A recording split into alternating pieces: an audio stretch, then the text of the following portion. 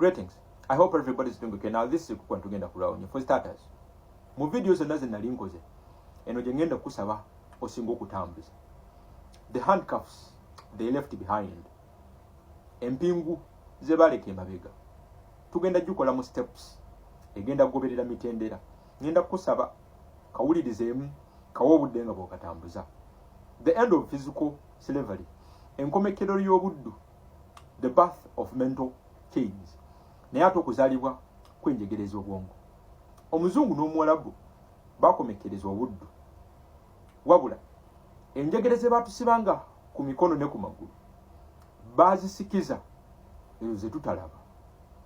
Batujja empingu ku mikono ne bazinyweza nnyo okwetoloola obwongo bwaffe nga bakozesa eddiini ng'ekyokulwanyisa ekipya ekyokufuga as a tool of control nga tonnanyiga wuliriza.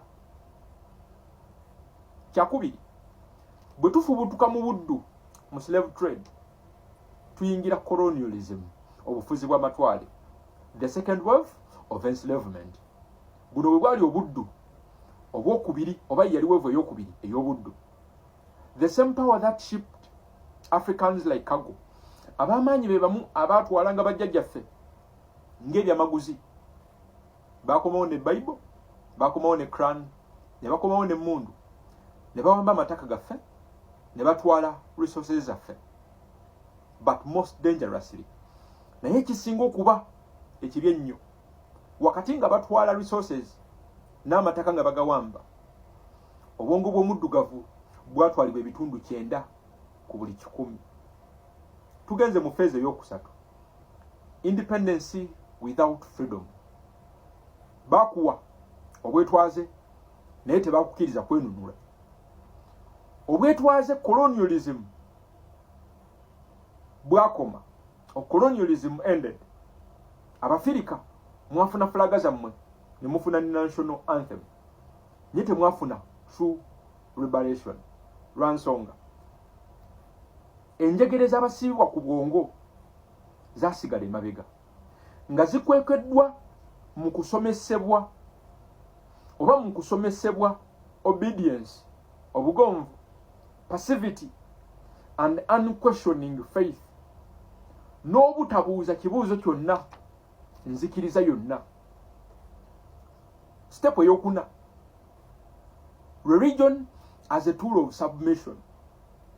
Eddiini yo ng'ekyokulwanyisa ekyokwewaayo oba ekyokukkiriza. Eddiini esinga ennyo ku lukalu lwa Africa yali manipulated by colonial masters. Abakoloni bali manipulating. Omufirika ne batandika okumusomesa okukyusa oluba lwe ng'akubiddwa oluyi ateekewo olulala bamukuba olulala. Bamusomesa to endure suffering silently. Eddiini ekusomesa okukkiriza okubonaabona mu kyama and to focus on the afterlife.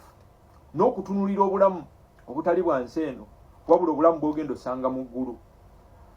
Not on fighting for justice, tolwanirira eddembe ly'obuntu, dignity or process here on the earth.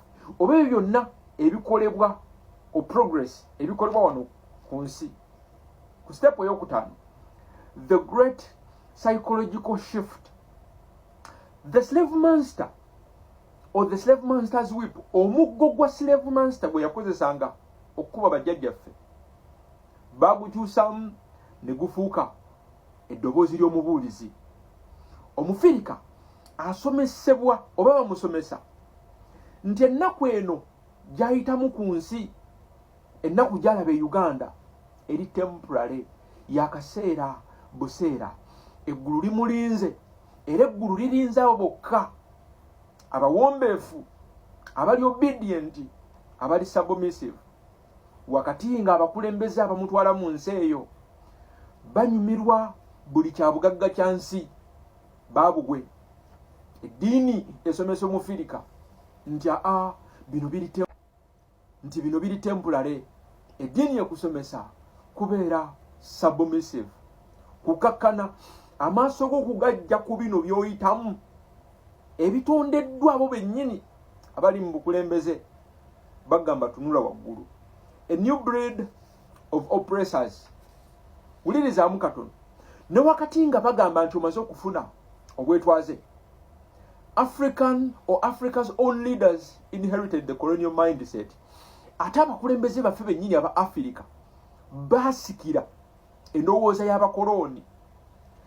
They used the same religious manipulation. Bakozesezza eddiini ze zimu okumanipulating abantu, okusayira ensingo okwekalakaasa okw'emirembe, okujustifyinga corruption, n'okukuumira population okukuma population ngeri divided. No wonder lwaki Uganda awo Museveni akasente ateeka kangi mu ba culture ne ba religious leaders.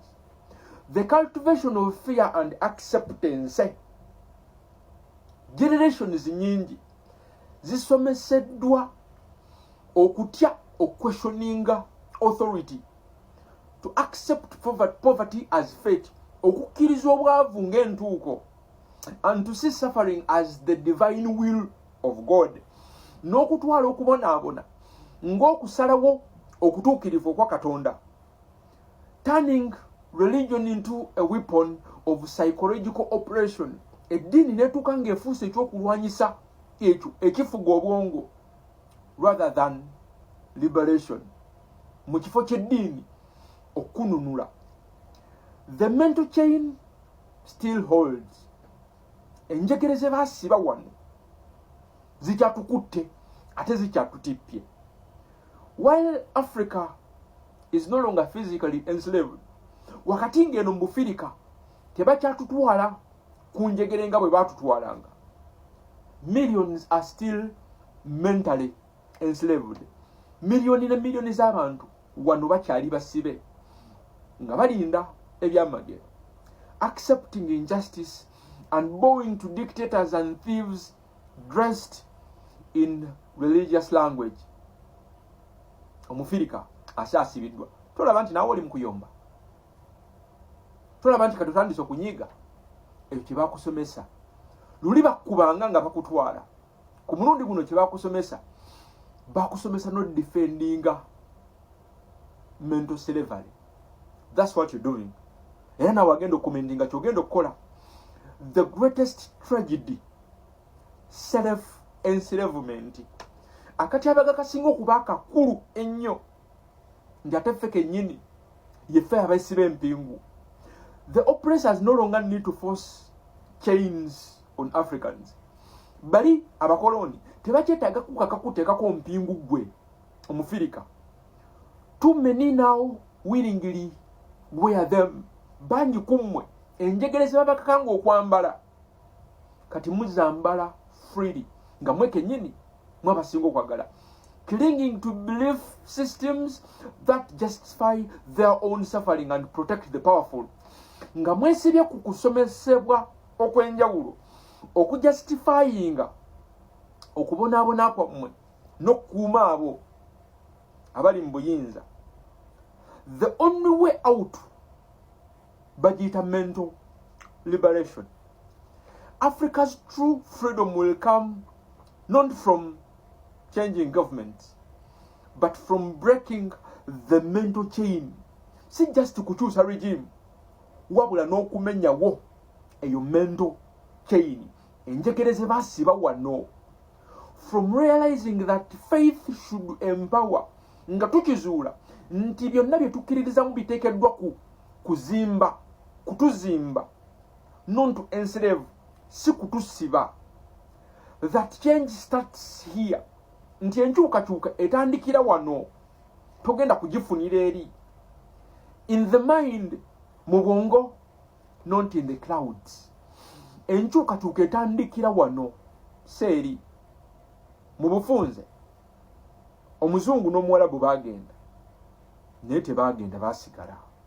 Baatujja empingu ku mikono, baazisiba wano.